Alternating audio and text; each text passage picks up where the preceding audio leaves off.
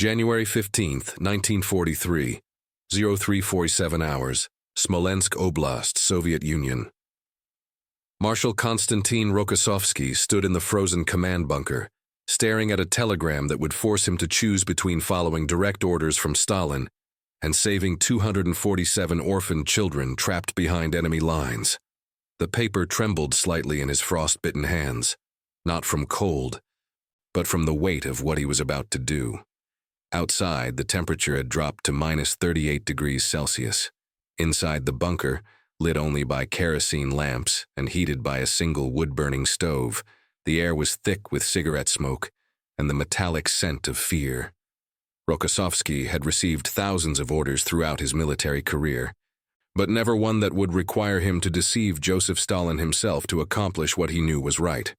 The telegram had arrived through official channels at 03:30 hours, stamped with the highest priority classification.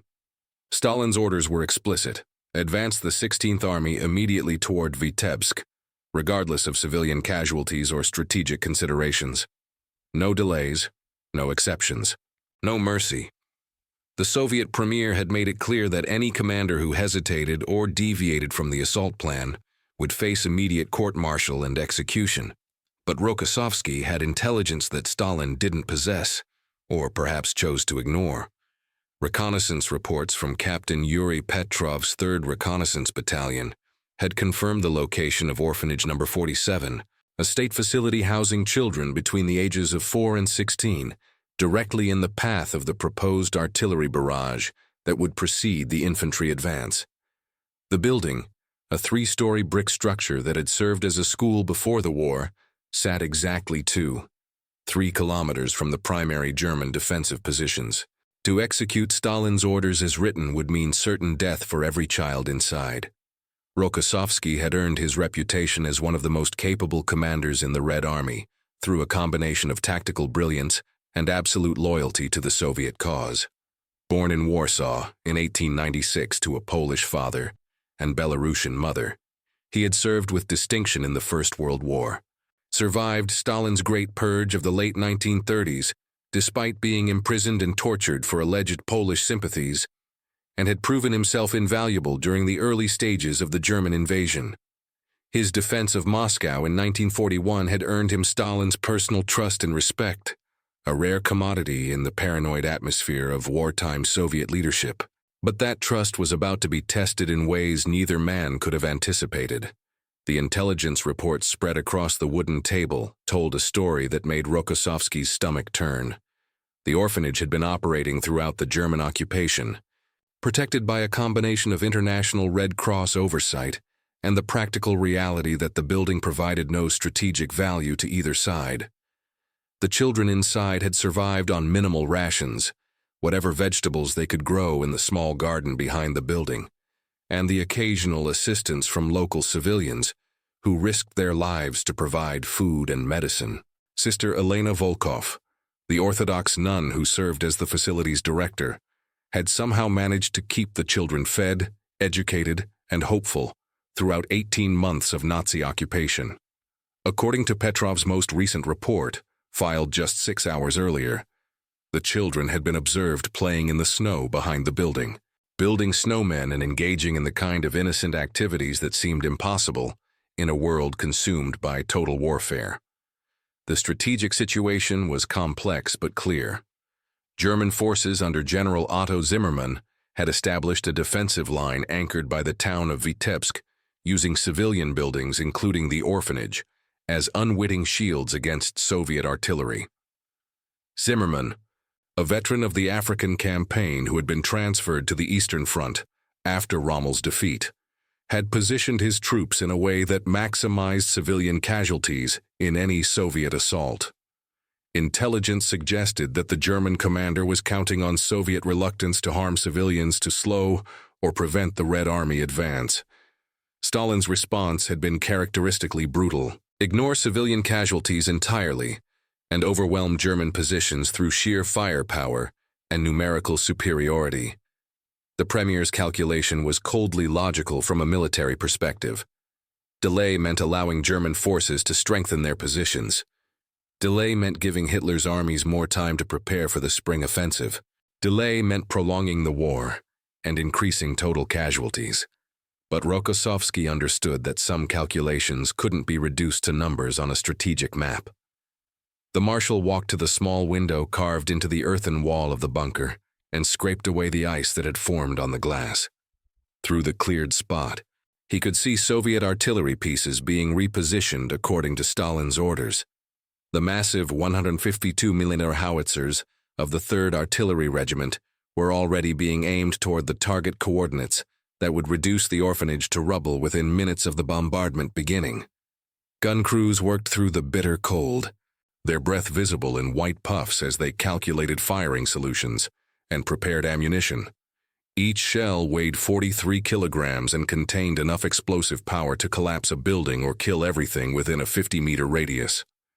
The mathematics of destruction were precise and merciless. Rokossovsky had commanded artillery strikes countless times throughout the war, had ordered the deaths of thousands of German soldiers without hesitation or regret.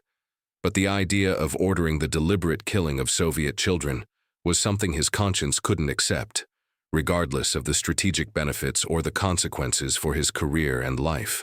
If you want to discover how one commander's decision to deceive Stalin himself changed the course of a major Soviet offensive, please leave your like on this video.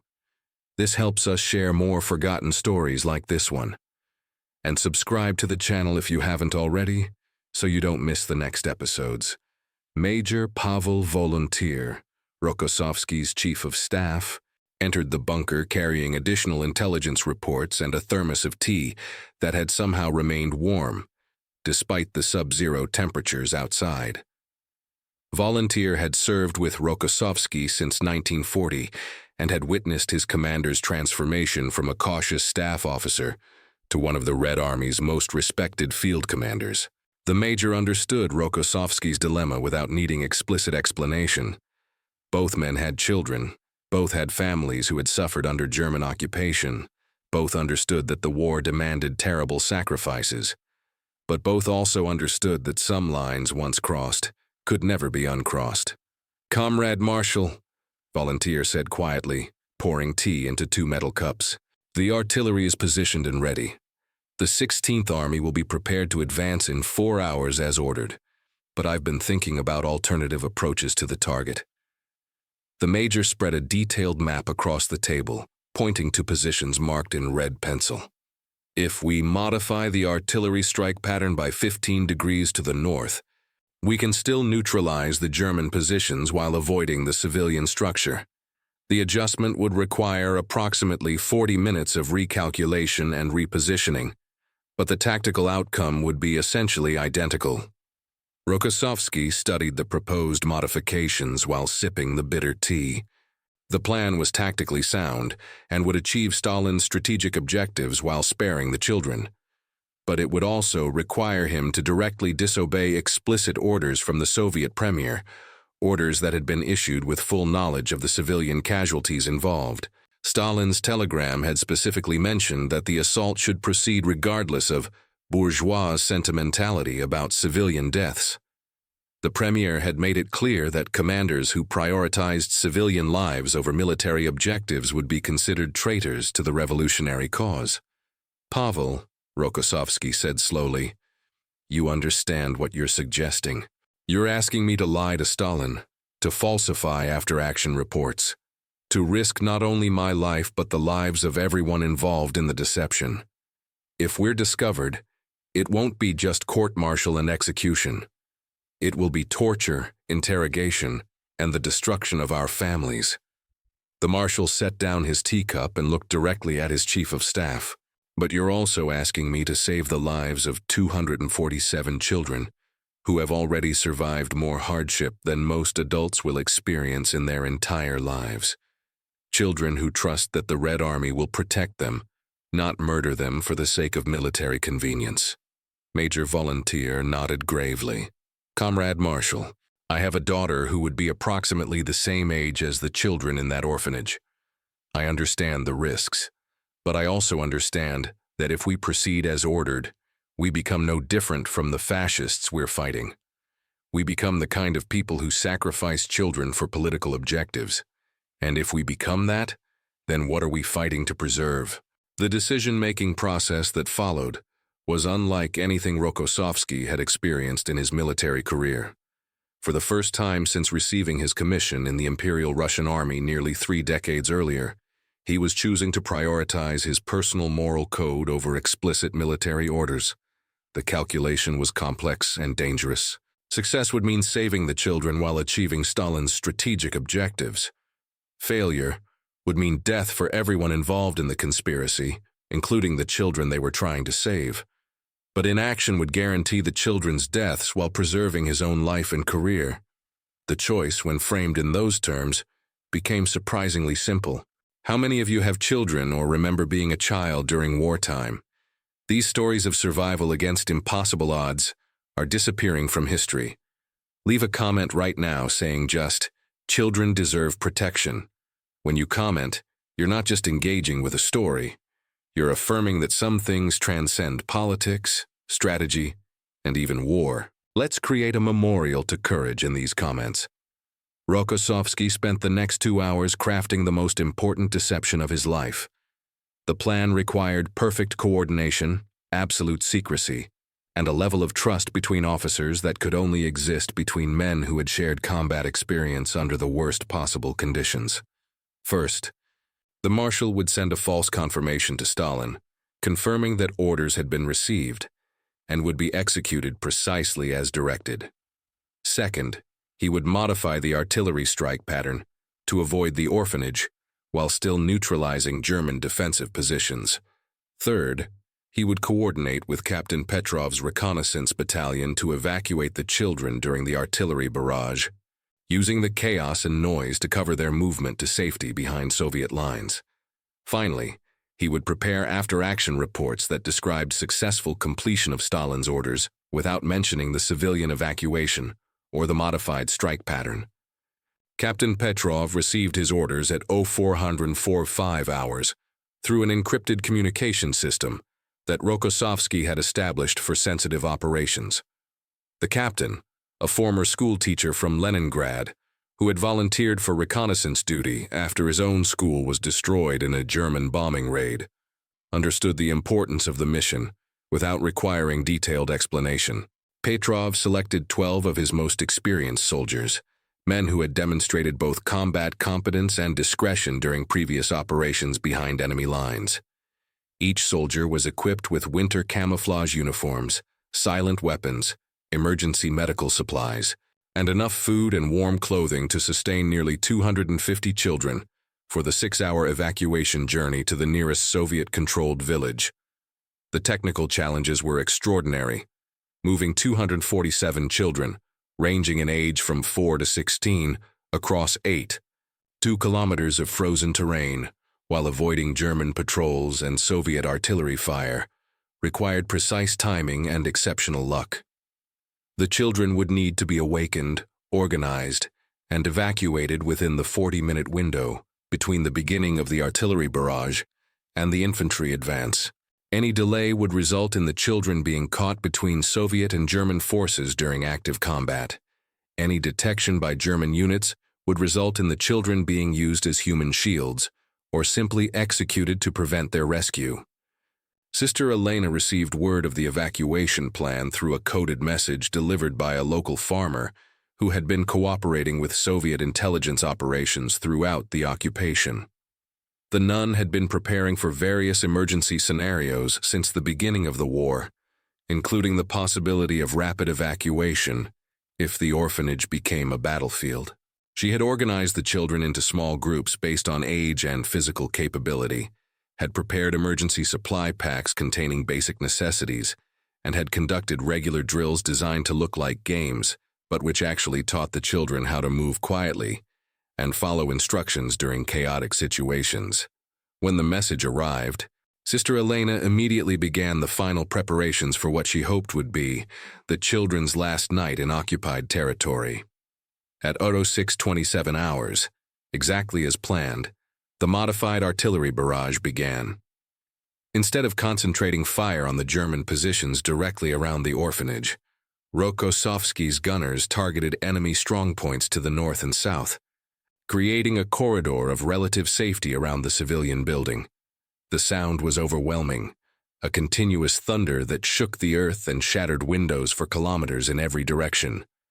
German forces, caught off guard by the intensity and precision of the bombardment, were forced to take cover in their bunkers and tunnels, creating the window of opportunity that Petrov's team needed to reach the orphanage undetected.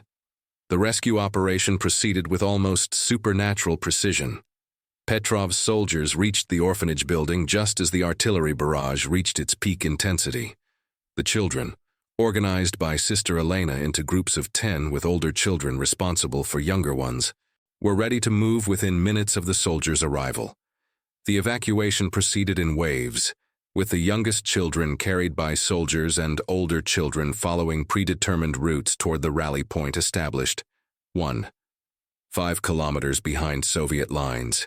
The entire operation was conducted in near total silence, with communication limited to hand signals and whispered instructions.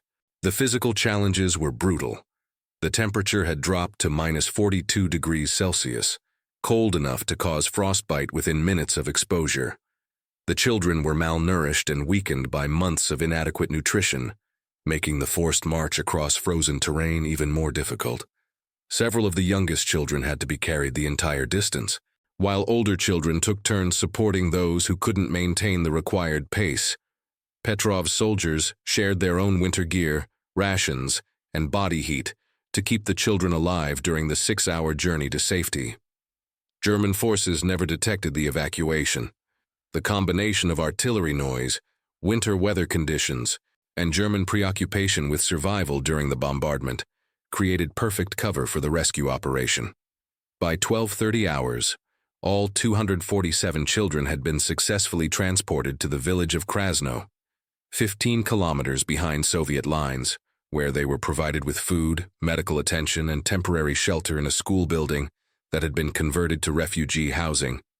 Meanwhile, Rokossovsky's modified assault proceeded exactly as he had planned. The infantry advance began at 800 hours, exactly on schedule. Soviet forces encountered German resistance that had been significantly weakened by the artillery barrage, though not eliminated entirely. The tactical objectives outlined in Stalin's orders were achieved within 6 hours of the initial attack. German forces retreated in good order toward secondary defensive positions, leaving behind significant amounts of equipment and ammunition. From a purely military perspective, the operation was a complete success that exceeded Stalin's expectations. The deception was flawless. After-action reports filed with Moscow described successful completion of all assigned objectives within the specified time frame. Casualty reports indicated acceptable losses among Soviet forces and estimated German casualties consistent with successful offensive operations. No mention was made of civilian evacuations, modified artillery patterns, or deviations from explicit orders. Stalin received confirmation that his orders had been followed precisely and that the operation had achieved its strategic goals ahead of schedule. But the most significant outcome was unmeasurable in military terms. Sister Elena and the 247 children reached safety and were eventually transported to Soviet territory, far from the front lines, where they remained for the duration of the war. The orphanage building itself was destroyed during the German retreat, as enemy forces implemented a scorched earth policy designed to deny resources to advancing Soviet troops. If Rokossovsky had followed Stalin's original orders, the children would have been killed hours before the Germans abandoned the position. The personal cost to Rokossovsky was considerable but invisible. For the remainder of the war, and indeed for the rest of his life, the Marshal carried the knowledge that he had successfully deceived Stalin on a matter of life and death. The psychological burden of that secret, combined with the constant fear of discovery, affected his relationship with Stalin and his approach to subsequent military operations. Rokossovsky became more cautious in his communications with Moscow, more careful about which operations he reported in detail, and more protective of subordinates who demonstrated moral courage under pressure. The broader implications extended far beyond a single rescue operation. Rokossovsky's decision established a precedent within his command structure that military orders, regardless of their source, were subject to moral evaluation by the officers responsible for implementation.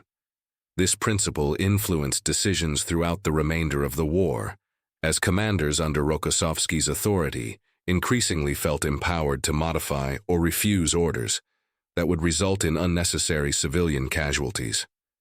The culture of moral responsibility that developed within Rokossovsky's forces stood in stark contrast to the ruthless pragmatism that characterized much of the Red Army's conduct during the later stages of World War II. Stalin never learned of the deception. Intelligence reports from the operation focused on tactical and strategic outcomes rather than operational details. The Premier was satisfied with the speed and efficiency of the assault and continued to rely on Rokossovsky for subsequent major operations, including the planning and execution of Operation Bagration, the massive Soviet offensive that liberated Belarus and destroyed German Army Group Center in the summer of 1944. Stalin's trust in Rokossovsky remained absolute until the Premier's death in 1953. The children saved by Rokossovsky's deception survived the war and dispersed throughout the Soviet Union and beyond. Many were eventually adopted by families who had lost children during the conflict. Others aged out of state care and built independent lives as the war ended and reconstruction began. Sister Elena continued her work with orphaned children until her death in 1967, though she never spoke publicly about the events of January 1943. The full story of the rescue operation remained classified in Soviet archives until the 1990s, when changing political conditions allowed historians to access previously restricted military documents. Captain Petrov was promoted to major following the operation and continued to serve under Rokossovsky throughout the war. He survived multiple combat operations and returned to teaching after the war ended, eventually becoming principal of a primary school in Leningrad, where he worked until his retirement in 1975. Petrov occasionally spoke about his wartime service to his students, but never mentioned the orphanage rescue, which remained classified throughout his lifetime. He died in 1982 without ever knowing whether the children he helped save had survived to build successful lives in peacetime. Major Volunteer served as Rokossovsky's chief of staff until the end of the war, and played crucial roles in planning several major Soviet offensives. The trust and cooperation that developed between the two officers during the orphanage crisis became the foundation for one of the most effective command relationships in the Red Army. Volunteer's willingness to risk his life for moral principles influenced Rokossovsky's subsequent decisions to promote officers based on character as well as competence. After the war, Volunteer remained in military service until 1961, when he retired as a colonel and wrote several books about Soviet military strategy, though none mentioned the events of January 1943. The German commander Otto Zimmermann was captured by Soviet forces in August 1944 during the collapse of Army Group Center. During interrogation, he provided detailed information about German defensive strategies throughout the war, including his decision to use civilian buildings as shields against Soviet artillery. Zimmermann seemed genuinely surprised to learn that the orphanage evacuation had succeeded, and expressed relief that his tactical calculations had failed to produce the civilian casualties he had anticipated. He was convicted of war crimes by a Soviet military tribunal in 1946 and sentenced to 25 years in a labor camp. Zimmermann served 18 years before being released as part of a prisoner exchange program in 1964. He returned to Germany and lived quietly until his death in 1971. The village of Krasno, where the rescued children were initially housed, became a symbol of civilian resilience during the war. The school building that sheltered the orphans also housed hundreds of other refugees throughout 1943 and 1944, as Soviet forces gradually liberated occupied territory and displaced populations returned to their homes. The village was rebuilt after the war and remained a thriving agricultural community until the dissolution of the Soviet Union in 1991. Today, a small memorial in the village center commemorates civilian victims of the war, though it makes no specific mention of the orphanage rescue operation. Marshal Rokossovsky's post-war career was marked by continued success and gradually increasing distance from Stalin's inner circle. He played major roles in the liberation of Poland and the final assault on Berlin, earning recognition as one of the most capable field commanders in Soviet military history. After Stalin's death in 1953, Rokossovsky served briefly as Poland's defense minister before returning to the Soviet Union, where he held various military and civilian positions until his death in 1968. He never spoke publicly about the orphanage rescue, and the operation was not mentioned in his memoirs, which were published posthumously in 1972. The tactical modifications that Rokossovsky implemented during the January 1943 operation became standard practice for artillery operations in civilian areas throughout the remainder of the war. Soviet commanders increasingly adopted precision strike techniques designed to minimize civilian casualties while maintaining tactical effectiveness. This evolution in operational doctrine contributed to improved relations between Soviet forces and liberated populations, particularly in Poland and Czechoslovakia, where civilian cooperation was essential for successful anti-German operations. The moral courage demonstrated by Rokossovsky and his subordinates during the orphanage rescue had implications that extended far beyond military strategy. The operation proved that individual integrity and moral responsibility could coexist with military effectiveness and loyalty to the Soviet cause. This lesson influenced the development of Soviet military doctrine throughout the Cold War period, as commanders increasingly recognized that long-term strategic success required maintaining moral credibility with both domestic and international audiences.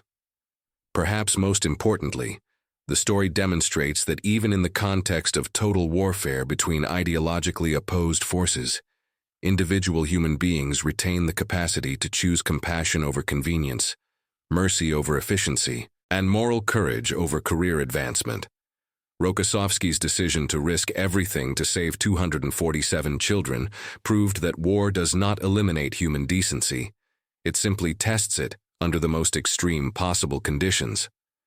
The children who survived because of that decision grew up to build families, pursue careers, contribute to their communities, and pass on to their own children the knowledge that their lives were valued by people who never knew their names, but understood their worth as human beings. The operation also illustrated the complex relationship between military leadership and political authority in authoritarian systems.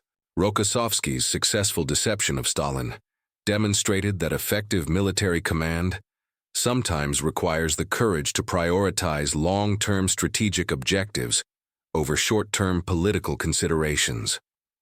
The Marshal understood that preserving civilian lives would ultimately strengthen Soviet legitimacy and improve relations with liberated populations, even if those benefits weren't immediately apparent to political leadership in Moscow.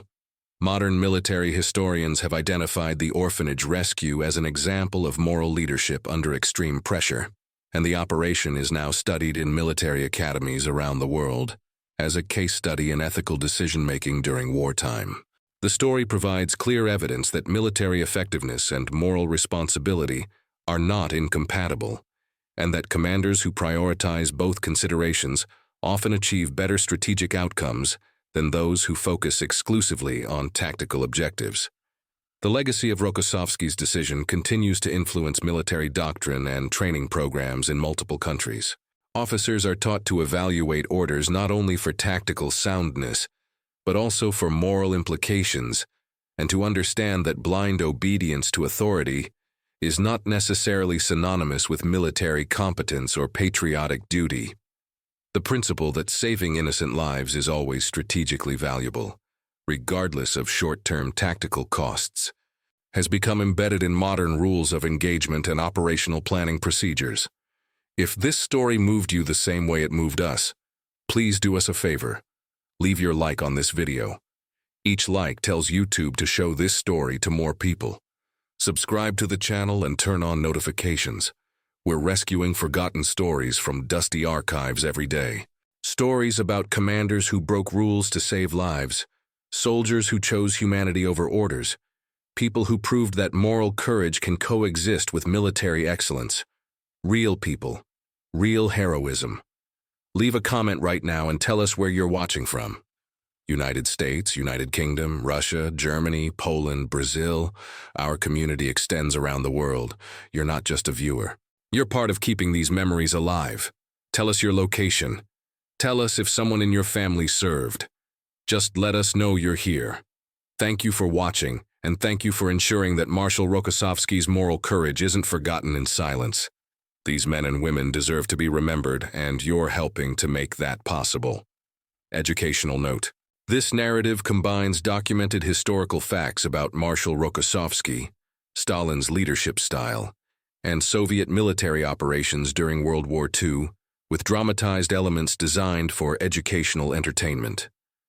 While Rokossovsky was indeed a distinguished Soviet commander who served throughout the war and maintained a complex relationship with Stalin, the specific orphanage rescue operation described here represents educational content blended with entertainment rather than verified historical documentation.